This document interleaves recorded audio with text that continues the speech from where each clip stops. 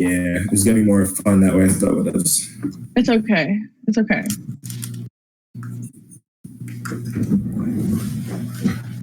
All right, it is 6:05, so I think I will get started.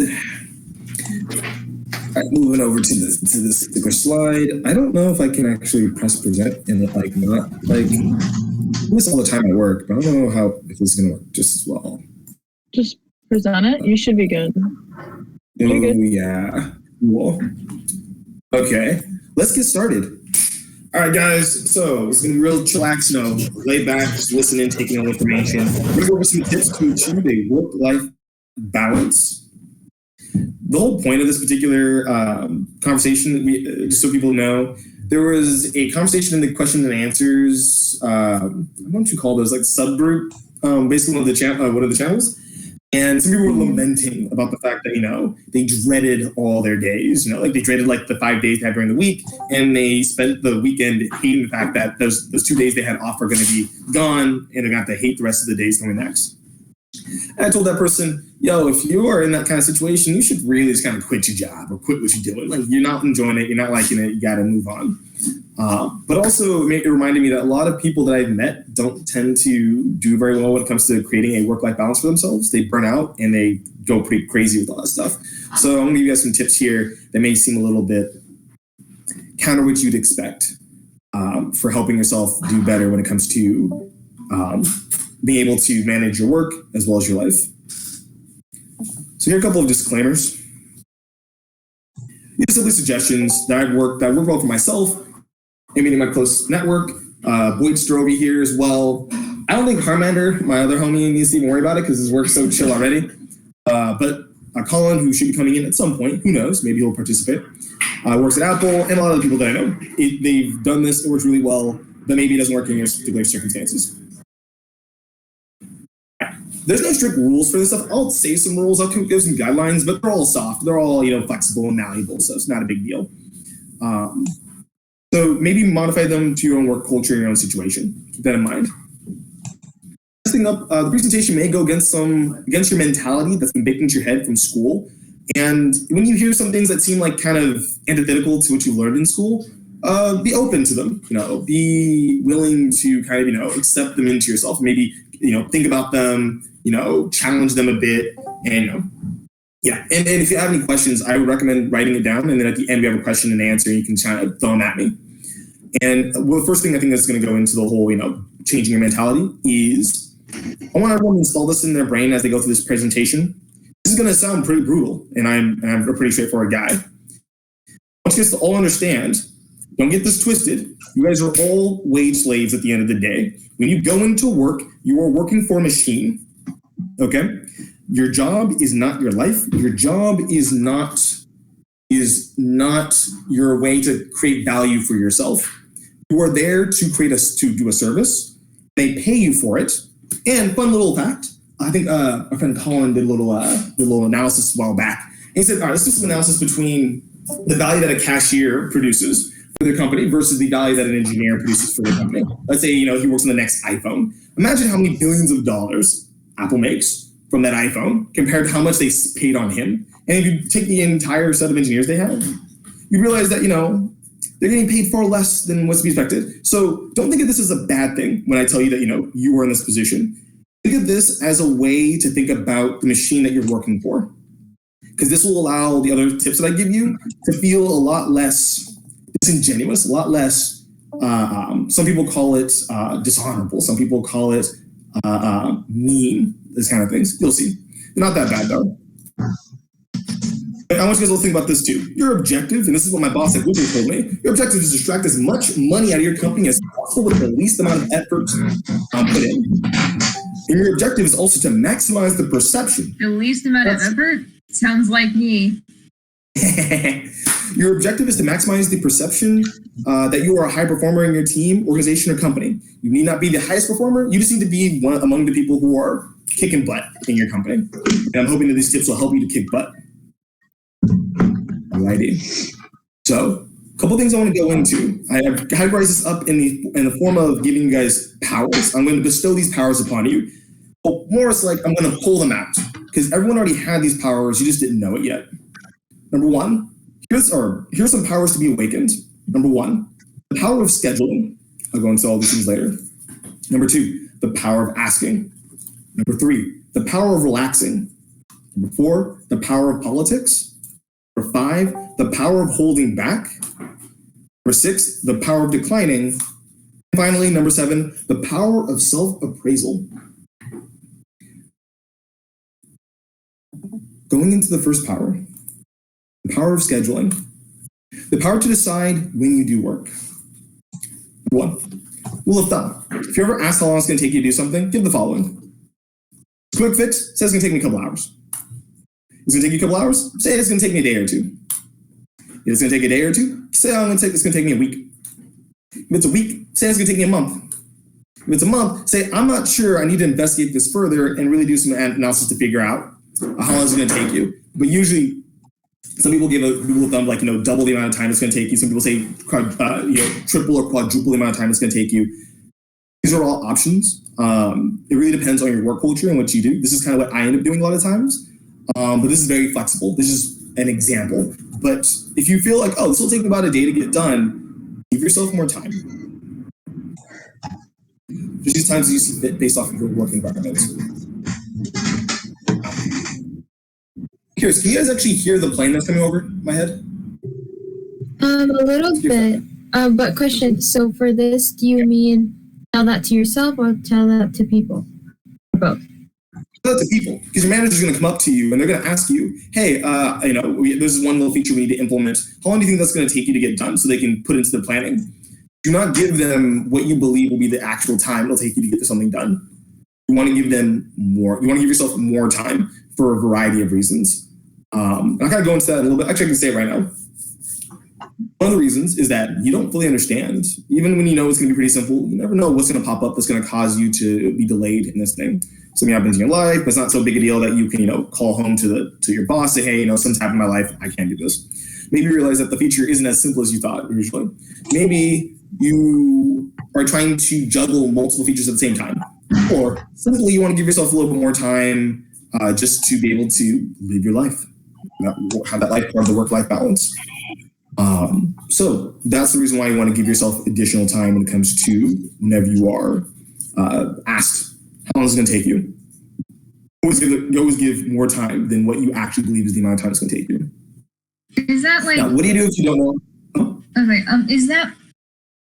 So like I have heard this tip before. Like if you always give more time than like what you think, and it almost seems like. And at first I thought it was like to, I guess, make the employers think that you would get it done in that time. But is it also for yourself? Because sometimes even I'll be like, oh yeah, I can totally get this assignment done the day it's due, no problem. Then I look at it and I'm like, oh my God, I should have given myself like more time because this is difficult. Like, is that part of it? Like giving yourself more time in case it's actually really difficult? All the above. All the above. Okay. It's give yourself time to relax. It's give yourself time to if you made a mistake and actually scoping it out. It gives you more time. Yeah, that's a good idea. Hey, y'all. Hold up on questions until we get to the end. So if you have any questions, write them down. I know we may want to be a little more interactive, but there's a lot of content in this, so I want to make sure we get through all the content before the hour's over. Okay. So what do you do if you don't know how long something will take?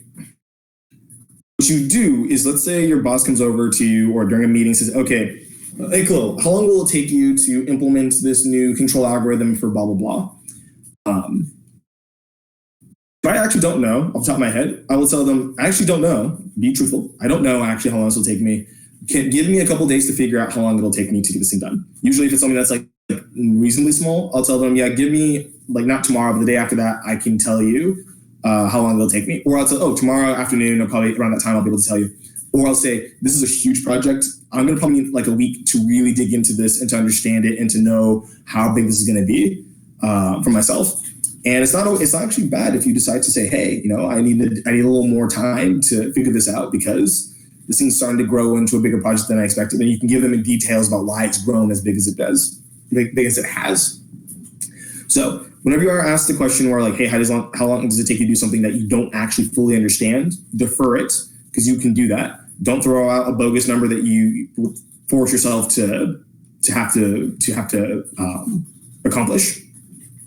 Which goes into the next area here, which is be sure to ask for more time when needed. Don't burn yourself out trying to reach a deadline. This isn't school, just so you know. In school, your deadlines are kind of either chosen for you or you choose them kind of yourself, but for the most part, they're mostly kind of locked in. And work, it's not entirely that way. If there is a consistent product release cycle, sometimes your particular features won't be released at that particular cycle. And you may have to ask questions like, is it really important that my feature land with the rest of the features? If it's a dependency on other people, then yeah, that might be a problem. But if it's not, it's a leaf node, as I like to call it, like things that are at the end, they're kind of by themselves. Let's say it's like Chrome adding in a new setting. It may be nice to have it be thrown in on like the January release, but if it doesn't come in on that release, that's also fine. Ask for time. There's no need to kill yourself over trying to reach deadlines that, for the most part, are a lot of times just simply a little bit arbitrary, kind of just chosen. I'm trying to check to see if there's anything else. Yeah. And lastly, when a task is completed, here's another little thing that might seem a little sleazy. Don't rush so you make it known to your management that it's done. One thing that I do in particular, one of my coworkers will probably see this and go like, what?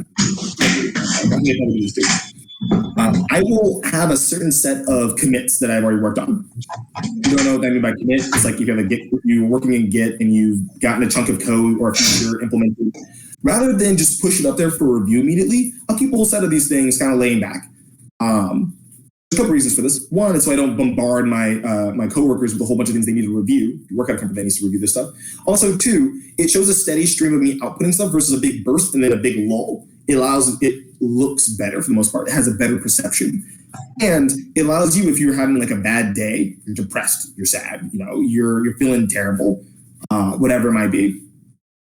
Well, you can still submit something and say, hey, I've been doing some work today. So that is the power of scheduling. And in the end, I'll talk about how this all kind of comes together. And then you guys can ask more questions about the details about certain areas in this. Next up is the power of asking. Very, very powerful power. And it's actually quite simple. This is the power to reduce how much you work. Rule of thumb, when joining a team, ask early and ask often. You should not be afraid to ask any questions when you start a company. There is no reason for you to understand how the technology of your company or new company works by any means at all. So when you go in there, even if they're giving you documentation on how to do things, if there's something that you don't understand, you should ask questions and ask a lot of them and ask them earlier than later. The rationale here is the fact that when you don't ask questions early, you end up stalling. You end up trying to figure out things on your own. You end up trying to, crack through it. A lot of people, it usually comes from like an ego thing, or they're feeling very self-conscious. When they get to the point where they're getting close to the deadline and they still haven't made a good enough amount of progress, then they'll go and ask. And at that point, now they're rushing themselves. They're rushing the other person. It's a whole mess. So be sure that when you start somewhere to ask early and ask often. Most people actually will appreciate that and see that, this person is actually active. They're considering the work, they're thinking, and they're working through it. It gives you more visibility at your company. It gives the perception to other people like, hey, this person is actually doing work. There's someone who's kind of silently in their little cubicle or in their little area and is turning away. Number two, the people you ask for advice mustn't be your own coworkers. This is helpful for dumb questions that you shouldn't want. You don't want to ask, you don't want your employer to know. Like, for example, what is a pointer if you're a computer engineer, or what's a UART, or how to iterate over a list in Python. These are questions that you could ask a coworker, but you could also just ask your network. I don't see a reason why people in SE, you can't have a little area for technical questions. You just throw a question in there. Obviously, remove aspects of your company information from there, like you want to obfuscate it. So it's like it's just a random sample of code. We can throw it at people and say, hey, I'm working on this thing, what's wrong? And me and my friends do this all the time. We have multiple group chats where we throw in questions that we're having at work, and we see if anyone can answer these questions. Like literally, one of my coworkers is really brilliant. He threw in a question, it was a Python question. He's asking, I can't figure out what's wrong with my code. He accidentally used double equals versus just a single equals to assign a variable. And then you go, oh crap, figured it out. Okay, we worked through that, and yeah, you did this thing. So yeah, make sure that you don't just limit yourself to just your company as a place, as a resource for getting answers to things. And here's one of the most powerful of all of these statements about the power of asking. Never, I mean never, waste your time figuring out something out on your own. It's an honor when you're working. It's a accolade. It looks good when you're in school, but don't waste your time at work. This is a waste of your and your company's time. Oops. Simply find the person who has done it before and ask them for advice. Only implement something from scratch when no one else that you have access to has worked on it before.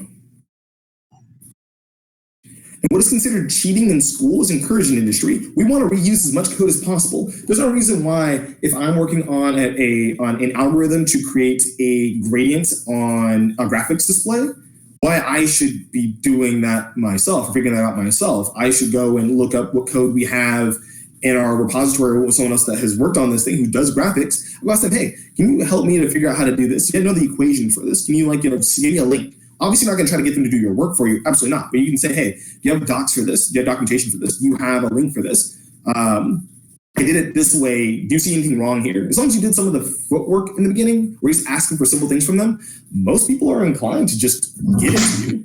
Because people on the opposite side. If let's give you guys one example. I work at, and actually for people who don't know me, sorry, I didn't actually do an introduction at the beginning of this.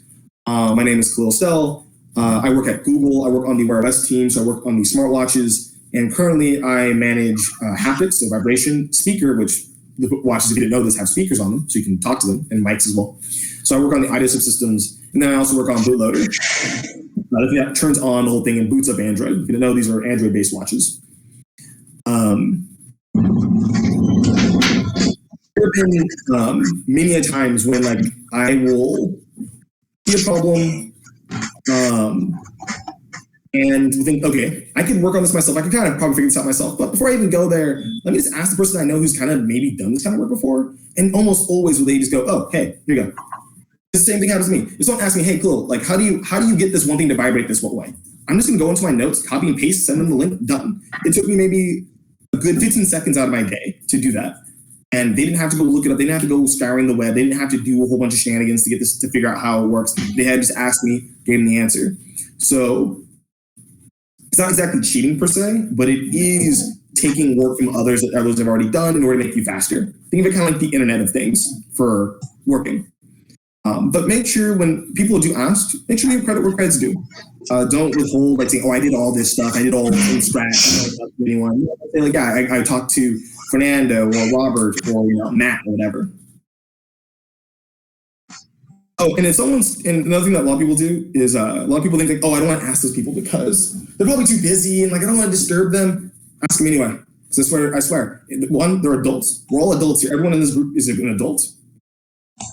If they're too busy, they'll tell you. I've told people I'm so deep in figuring out issues with a factory or whatever. I don't have the time. Sorry. Ask this other person. They usually defer you to someone else, and that person may actually have the answer for you.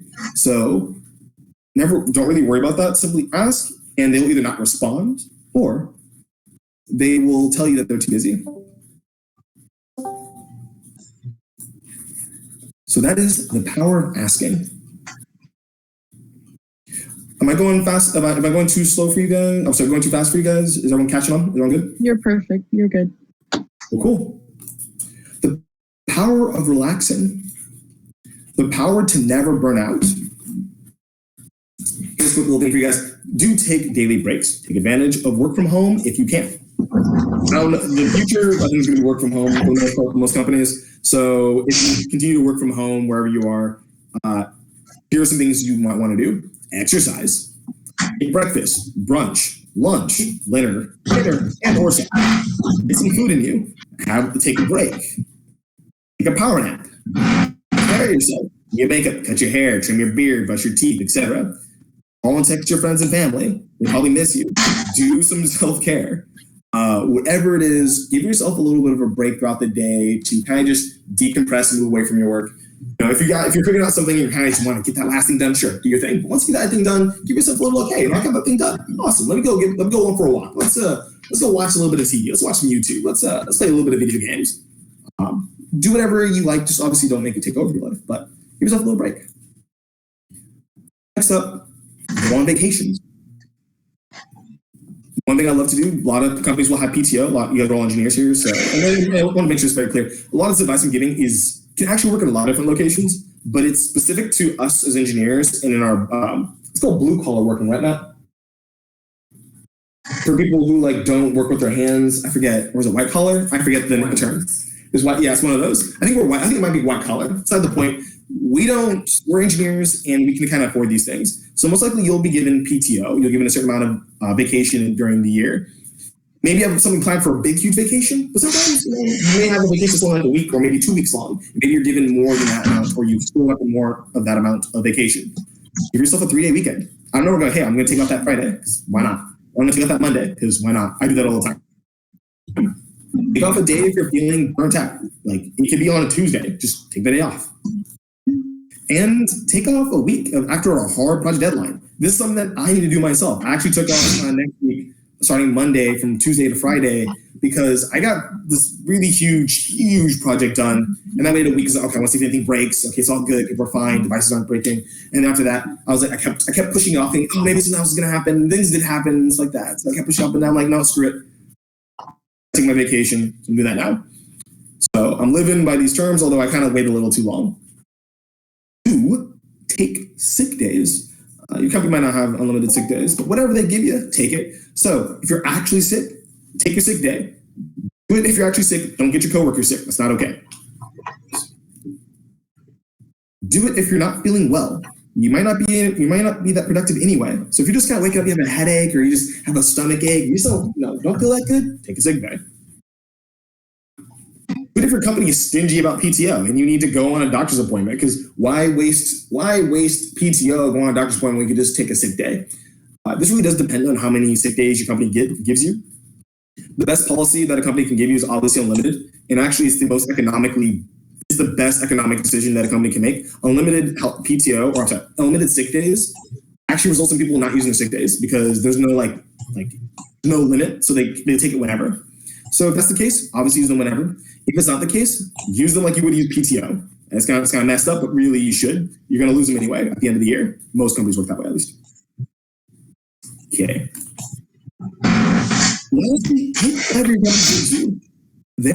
There is no honor in continuously working without rest. People think, oh yeah, I've worked this entire year without any breaks, without any vacation. I'm a badass. It's like, that's neat.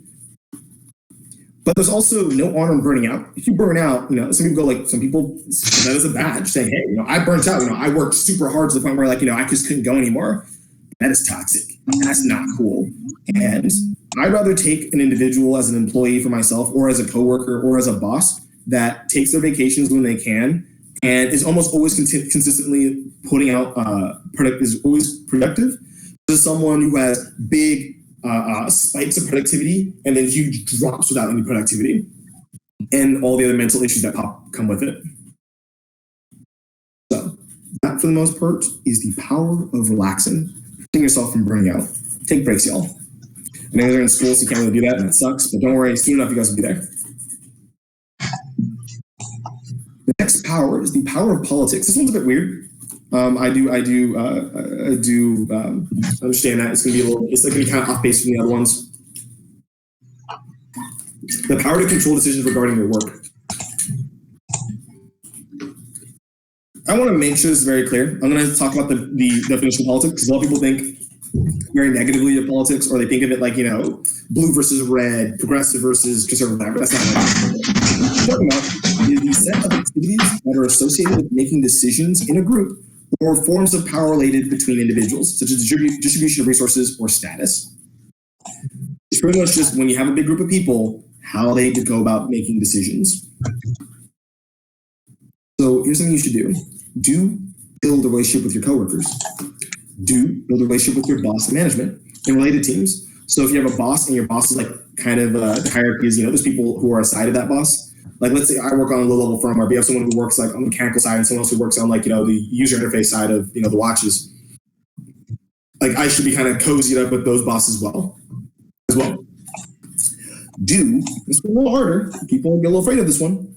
Do build a relationship with your superiors above the management. You want to make sure that you have some sort of connection, that you are present in their minds, that they've seen you, they've seen your work, and they hopefully, like you. Honest, if you can give the impression that you actually care about the project, organization, or product. You can actually care about it, or you can feign caring about it. It really depends on the situation you're in. But it is helpful to do so, because the majority of other employees are just there for a paycheck, and they'll express that through their interactions. When you are that person in your work that is actually jazzed about the product, that is actually excited about what they're working on, it is contagious, and it creates a presence and a vibe that other people can tune into.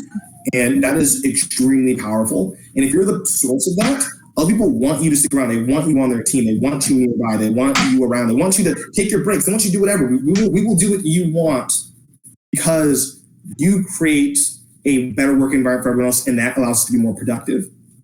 So that's why building up these relationships is really key. After this, all of the above will give you access to people who can help you make, I have some weird grammar here, I'll fix that later on, make decisions that make your life easier and can help you with securing promotions, pay increases without adding in any additional effort. That's the whole point of the work-life balance, is not just simply, how you just go about doing your own work, but making sure that you can do the least amount of effort in order to achieve the most from your company, whether that's promotions, whether that's, more power, whether that's getting a higher pay increase, all these things. But also, one of the things that I have done, think about if I should, we'll screw my work. They'll find, if they find out this video and then people get pissed off, whatever. But there was a set of features that I pushed really hard to get rid of. They were technically difficult and unreasonable. Now, I could have gotten them to work. Technically, we could have gotten them to work. It would have been a bad design anyway.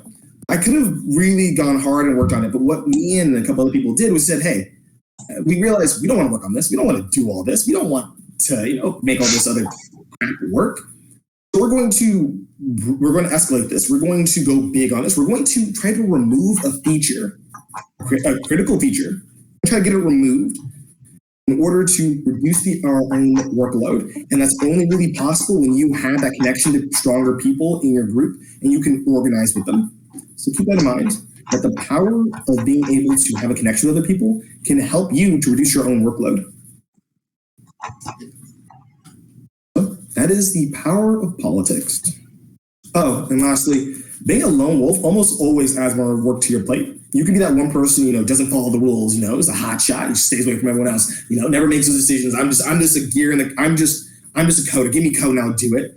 Well, they'll give you code, and they'll give you code, and they'll give you problems, and they'll keep throwing it at you until you burn out, or maybe you don't burn out, and maybe you're just an absolute machine. Good on you. But for those who aren't, it's not the most, it's not the best place to be in. That is the power of politics. Next up, the power of holding back. I love this one. This one is fantastic, and I wish Colin was here, because this is me and Colin's bread and butter right here. Call this one. This isn't even my final form. This is that power. Rule. Work at your lowest productivity. That's still. Oh, speak of the devil. And I'm in.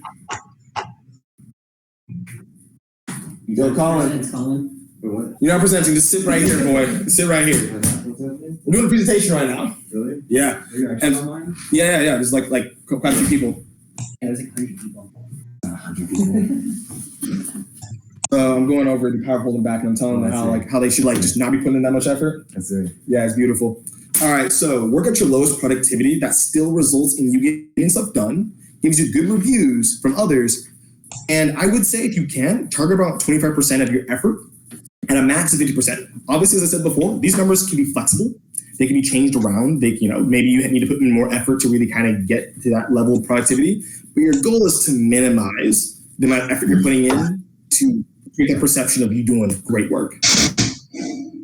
Exception, lift this rule in exceptional circumstances and push your productivity to 75% up to 100% when shit hits the fan, basically. The idea, work in a relaxed state for as long as possible and create an expectation for your productivity. If you're always pumping out decent work and you're only at 25% and people seem to like your work, keep it up, keep going. Everyone knows kind of what your levels are and you seem good. But when shit hits the fan, break that expectation by going all out to solve critical problems at your work. This will make you look like a hero. And then right after you do that, feign, I'm so exhausted. I did a lot of work. This is really hard. I ain't taking vacation as soon as possible. Hell yeah, you have. Go back. I can't really stress this enough. Really bring out your full power, your full capability, only at the end. This is actually one of the things I was trying to mention in the previous conversation in the answers chat a while back, where you shouldn't be running at 100% all the time because it's going to burn you out. Even with your relaxing stuff, just always putting out a tremendous amount of effort, it's going to be hard and it's going to ruin you and it's going to make you feel bad in a lot of different ways. Mental health, just cortisol, the whole shebang. So if you can do this, you can hold back and then pull out your final form right when things go bad. If you are end up being that hero, that impact that you make is going to land in people's heads and they're going to remember that. So that's the power of holding back. Now, here's another one. It's called the power of declining. It's basically just the ability to say no. And it's the power to decide what you work on. First things first, a lot of people don't get this, and I understand, especially when you're a new employee, you feel like, you get the whole, what's it called when people get, they're like nervous at the beginning of their work? Imposter syndrome, thank you very much. Imposter syndrome. So you think that when someone gives you an assignment, you really can't say no to them. But I want you guys all to know that you can say no to some assignments. Obviously, you can't say no to all assignments because obviously you wouldn't be doing any work. But I'll go into some details about specifically this. So when can you say no? If a critical deadline to hit and the new assignment isn't more critical than your current. If you're working on something big, this one attaches some other really, big big assignment, but the one you're currently working on is even huger, more important. Yeah, you gotta tell them to slow the roll. And yeah, you'll get it later, but you're not getting it now. When you're capacity of your work and you're adding additional work, onto you can reduce the quality of your current work. Let's say you're working at 25%. Let's assume you're not going to try to up your amount of productivity. You add more assignments onto yourself and you try to get them all worked out in the same amount of time, using the same amount of effort. I can imagine that your quality of the work would actually go down. If that's the case, then let's say you're just quickly reviewing stuff, or your schematics are garbage, or you're some of your code algorithms are a little bit sloppy and can be more higher performance. Don't take on those additional roles if you're already pretty booked. And lastly, if you were given an assignment where you don't feel comfortable, let's say it's above your capability and it's not one of those things you want to reach out for, sure, you can say no to those ones, saying, hey, this is totally above what I'm capable of doing or what I'm comfortable doing. Maybe get, Ben or Matt or Jeff or whatever to do that assignment for you. I will put a little asterisk. In general, if you're not really working on things that are new for you, then you're not really getting work. You're not getting good experience at your work. So you're probably going to want to do things that are above your ability. You'll need to take in my other advice when it comes to scheduling to kind of figure that whole how you're going to figure that. But that's something you want to keep in mind. And lastly is if an assignment's outside your range of typical work and you don't care to reach out. So if there's some work for me, if some people in the user experience side want to ask me to do some work, usually I would actually be down to help out because that stuff's fun. But let's say I was like, nah, I don't care. I really do not care to work in that area. Cool. All right. I'll just tell them no. I was like, sorry, I'm just, I don't feel like I'm the right person, right fit for this particular set of business. But if you guys get the thing working, you guys want me to implement it, I can implement what you guys come up with ideas for. But when it comes to making decisions, I'm not really doing that. That's something you could say. And also note that almost always when a manager or coworker asks if you're okay with doing something, no one usually tells you will do this work. And that gives you the opportunity to say no. When they ask, say, hey, can you work on this? When they ask, hey, can you that means there's open to say no. Otherwise, they might say yo, you need to work on this. And if that's the case, maybe consider the work environment. It might not be a bad thing. Maybe it's like, oh, we're in a bad situation and we got to figure something out. No issue. But if you're always told what to do and you never get an opportunity to kind of choose it for yourself, you're probably in a toxic work environment. You don't really want to stick with that. That is the power of declining. Oh, and then many of us believe that we cannot say no, and the next power will help with that. The power of self-appraisal. This one's probably the hardest out of all of them. Actually, I think I have a statement that says that this is to know your worth and to negotiate. Most potent of powers of the workplace, and also one of the hardest for most people, unless you're a narcissist or most people. But for the most part, one thing you need to know is your value to your employer. You figure this out? And I used to do this as the robotics lead as well. I'll explain that in a little bit. What would your workplace look like if you were to disappear? Things be ruined or nothing change? Think about those things. How will the company you are trying to work for fare without your experience? Let's say you're applying to a company in this case. Let's say it's a startup and they need someone to do web dev. Well, how many web devs people do they have? Do they have enough to actually do the work? Do they have more person you do? Do they need an additional person? Understand what their needs are and figure out how you align with that. What experience do you have that cannot be read from a book that gives you value at your company? For example, I have experience working on a bootloader from nearly scratch.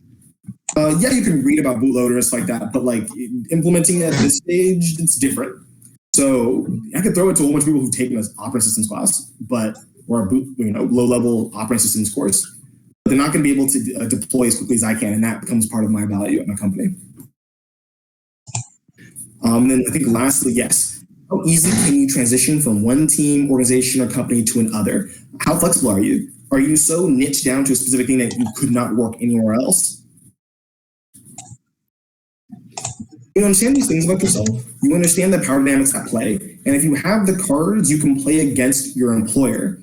Understand that the machine cannot work without the cogs and that the employer does not hold all the cards. There's a big thing. This usually comes from people who, feign, their hatred of capitalism and stuff like that. I'm not going to go into those type of details. But the thing that usually comes, I see from a lot of people, is that they feel like they are powerless to be able to control, their fate when it comes to what their employer does to them. Or this in their own environment. Know that you can quit. Know that, for example, in my case, if I left my work right now, although there are people who can kind of, fill in some of the blanks here and there, it would break things badly. Here's a great example. I have a friend. I'm bring up Jim. I have a friend. He works at for SolidWorks. At one point, we were trying to get him to go to a career fair, and in this career fair, it's like Boeing. He's a mechanical engineer, so you guys know Boeing, Lockheed, the whole shebang. And he told us yo, I can't go because we're really short staffed, and our company really needs it. I was like, well, yeah, but you want to leave that company anyway, so it's not even like it matters that much. What really happens to them? Said, yeah, but if I leave and they're short staffed, they're gonna fire me. And then me and my other friend looked at him and we're like, how does it work in your head that because they're short-staffed and you decided to take a day off, that you get fired for that? If they're short-staffed and they're already under pressure to support their teams, firing you is shooting themselves in the foot. They're not going to do that. They could. It could be a bad decision on their part. And if they're making bad decisions like that, they're making bad decisions everywhere else and didn't want to stay there anyway. But that's kind of the thing, is knowing what your position is as part of the system and how it can get ruined if you were to up and leave, take too much time off or whatever. This is how you can use your own self-appraisal to be able to understand how you can negotiate. And then going back to the previous topic, which is how to decline, is that since you know what your worth is, you have better insight into how you can say no. Because a lot of people say, "Oh, I can't say no, otherwise they'll fire me." Just say no. I don't know this. It's really hard to fire people. It's really, really hard to fire people.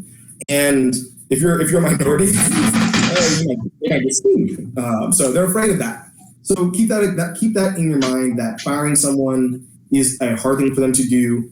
So that should give you the ability to be able to say no, decline things. Obviously, don't become pedantic about it, but when you get some things, when you feel like you're being overpressured with too much work, you should be able to say no. And yeah, this is the example of oh, you're here earlier than I expected. Yes. Yeah, just question and answer at the end for like work-life balance. Oh yeah, we're near the end actually. 500 people listening to you right now. Alrighty. So those were the 7 powers. What happens when you combine all these powers together? Have an employee that, with the power of scheduling, almost always hits their deadlines and gives dependable schedule information. Our basket teachable others is able to implement solutions in a timely manner. Our relaxing seems to always work with a great attitude and always is almost always consistently productive. Our politics is well known in the community and helps make high impact decisions at a high level. The power of holding back.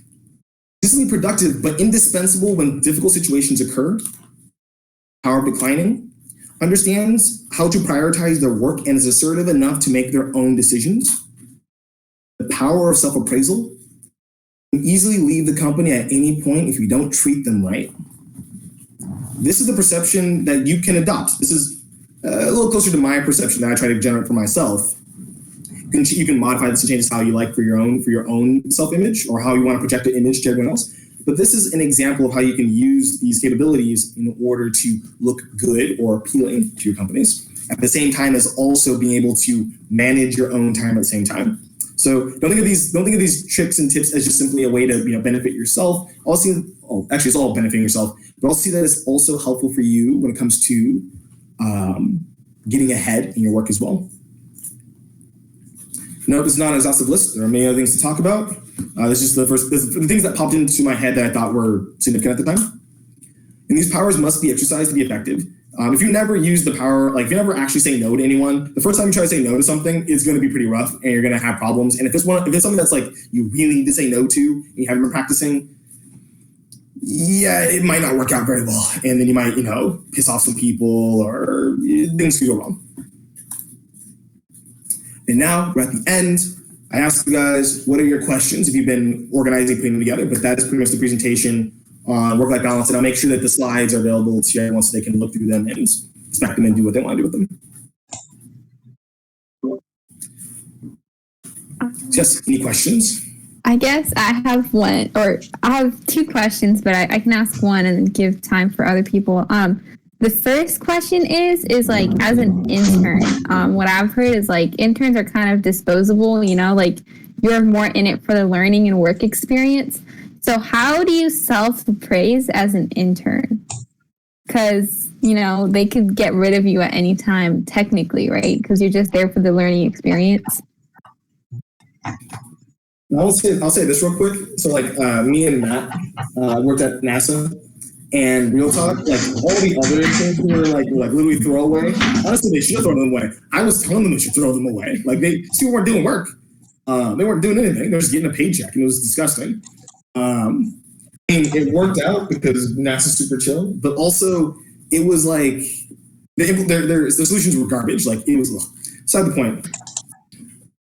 I understood Matt was a high performer compared to everyone else. Me and Matt kicked ass at NASA. And NASA really wanted me, and I think also Matt, to work during the next semester because we were doing so much good work.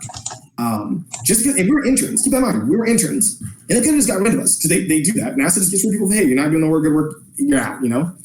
But like became indispensable. So it really doesn't matter if you're an intern or not. The idea that you come in going, oh, I'm an intern, therefore I am disposable is the incorrect way to think about it. Look at how you aren't. And if you are, figure out a way to become indispensable to your company as an intern.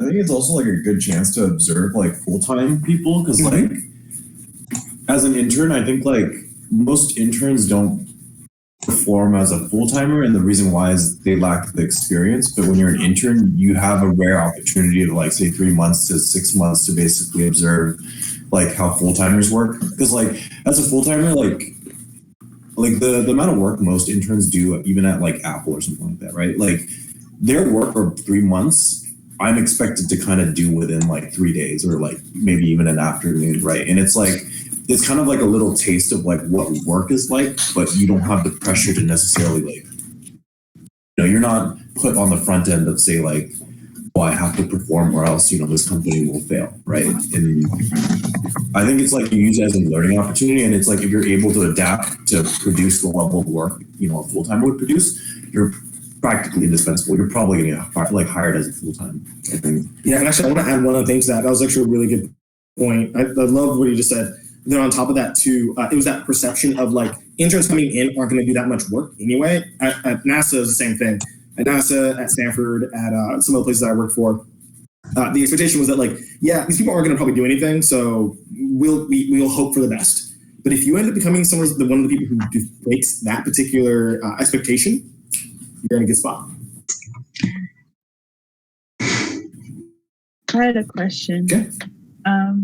So I know that you said that a lot of the things that happened in school are really different from the work life, like not putting in 100% every single time. Did you find it easy to make that transition, or did this take like years to master in terms of like finding that balance and knowing where you're at?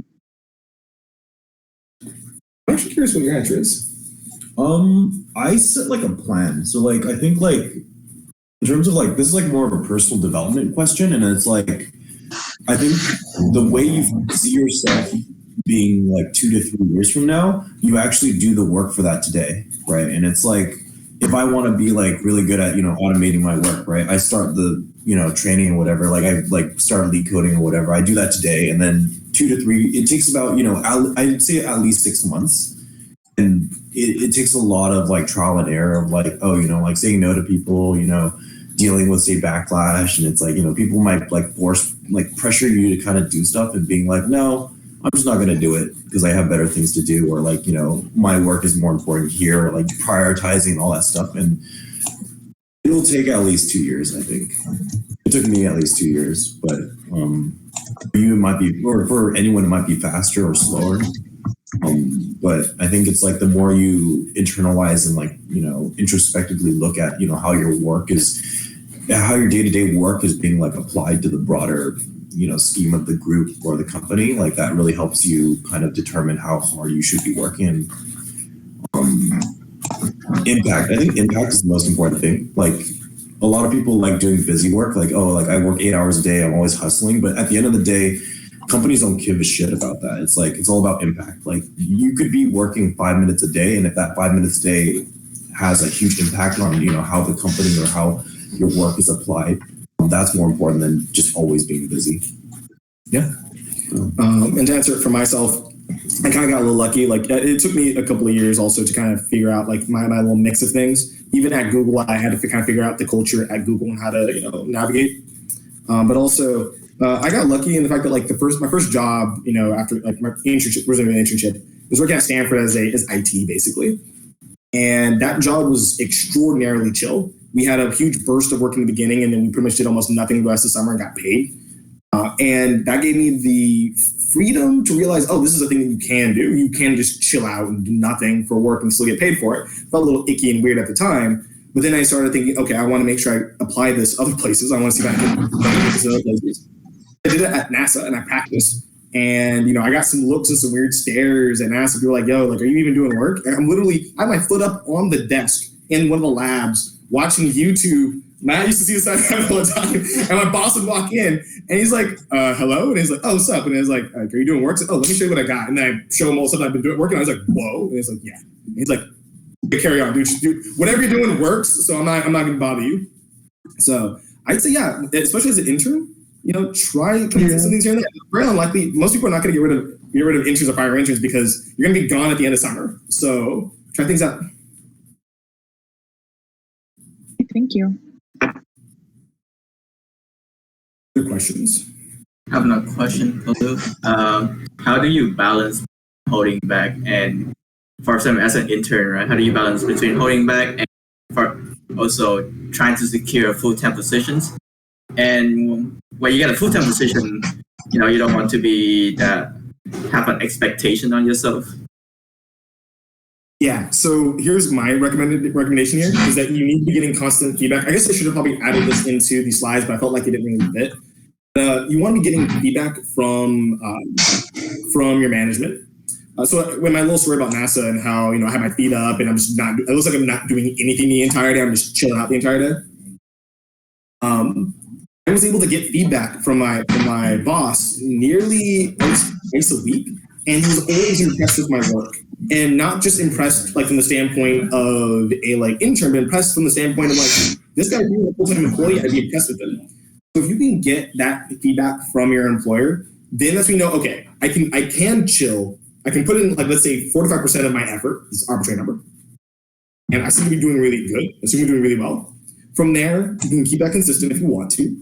You see, I'm gonna dial it back a little bit more. I'm gonna be a little lazier. I'm gonna spend a little less time actually working, and then see where there starts to be some fluctuations in their feeling about like your productivity. And once you hit that little sweet spot, you operate at that point. Hopefully, it's not above 50%. Hopefully, you're not dying every single time to hit that. It gets to that point. An example where you might be dying to hit that would be Tesla. Tesla just grinds people into the dirt. So you'll be expected to kind of burn out at that point. Other places, more sane places, that's a little different. So that's pretty much that, at least from my point. Do you have anything to add on that? I mean, it's kind of like a crapshoot because it's like you're an intern. It really depends on like if there's a rec for you, and it depends on how much your manager also likes you. So it's like work to your manager's style of work. Yes, because it's like if you put into the culture and you can kind of do the work, honestly, you'll probably get like a call back. But a lot of it's also circumstantial too, because it's like maybe they want to hire you, but there's no rec as in like a position opening in the department, and if they don't have it, they just can't hire you. I think that's like end of story. And it's like if they like you, generally speaking, if there's a rec for you, you'll probably get a call back, right? Yeah, just don't be sad if there's no rec for you. Sometimes it happens. It happens. Recs disappear all the time. Reorgs happen. Yeah, actually, everyone write that down on any notepad you have. Like when you're looking for a job, make sure to find out if they even have a position for you. Because you could be uppity and sad and like, oh crap, they didn't hire me. It's like, yeah, they might not actually have room for you in the first place. So, good questions. I think I have one more question, and it's more like in the workplace environment. Like along with what you said, and I've heard from a few other people, like, oh, don't be afraid to ask questions. But how do you differentiate between like a dumb question that you can like you've struggled with, but like what's the point where you're like, okay, it's time to ask somebody? I hope that question made sense. So Matt says there are no dumb questions. I would actually posit that there are dumb questions, but the thing is, usually when they're dumb. I would say, like usually, like if you're looking up if like I had that list where it was like, what is a pointer, or how do you do this little pointer arithmetic thing? Like maybe don't ask your team lead how to do that because it's some basic stuff. Go ask Nara, like, hey, how does this work? Like rather than So it's really questions that you feel like you should already know, but it's your brain is kind of failing at the moment. Those are the kind of questions. But if you legitimately don't know and it's like kind of beyond you may ask, and maybe they go, oh, it's a little trivial, it's a little bit fundamental, but I'll go into it. And honestly, it's not that big a deal. Like if you ask a dumb question to your employer, most people don't give a crap. Most people are afraid of doing that anyway. But if you ask a dumb question to your employer, it's not a big deal. Or like your boss or coworkers, it's not a big deal. There's nothing wrong with prefacing. I do this all the time. I'll go to people and be like, this might be a dumb question, and then I'll just ask it anyways. And it might be a dumb question, it might not, right? And I was always like, oh no, that's a good question, right? But if you have a mentor, usually you can just ask dumb questions to them, not to conclude, but yeah. Like for example, one of my homies, Charles, will send me questions that are things that I'm like, yeah, you should know how to do this, but he's really asking for how's a good way to do it. And there have been times when I'll ask, how do you flash a watch? And, that's really dumb because I've been here for a couple of years now. How do I not know how to do that? So those kind of things. Got it. Thank you. That helps. One more minute. I'll give one more question to whoever wants to ask the last question. If no one's going to take it, I will. But I already asked one. So any takers? Come on, y'all. This is a good opportunity. You got Apple, you got Google here.